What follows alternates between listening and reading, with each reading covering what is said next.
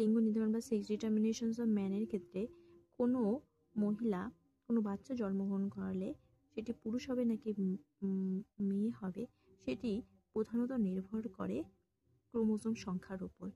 আমাদের মানুষের শরীরে ক্রোমোজোম সংখ্যা 23 জোড়া রয়েছে, তার মধ্যে 22 জোড়া রয়েছে অটোজোম, যেটি মানুষের শরীরের দেহ বা শরীর গঠনে সাহায্য করে, এবং এক জোড়া সেক্স ক্রোমোজোম রয়েছে যার মধ্যে একটি রয়েছে এক্স এবং অপরটি রয়েছে ওয়াই। এই যে এখানে ফিগারটি, এটি হচ্ছে এক্স ক্রোমোজোম, এটি রয়েছে ওয়াই ক্রোমোজোম। যদি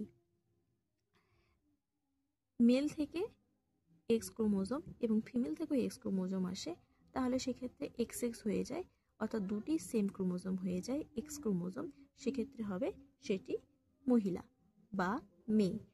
অপরদিকে যদি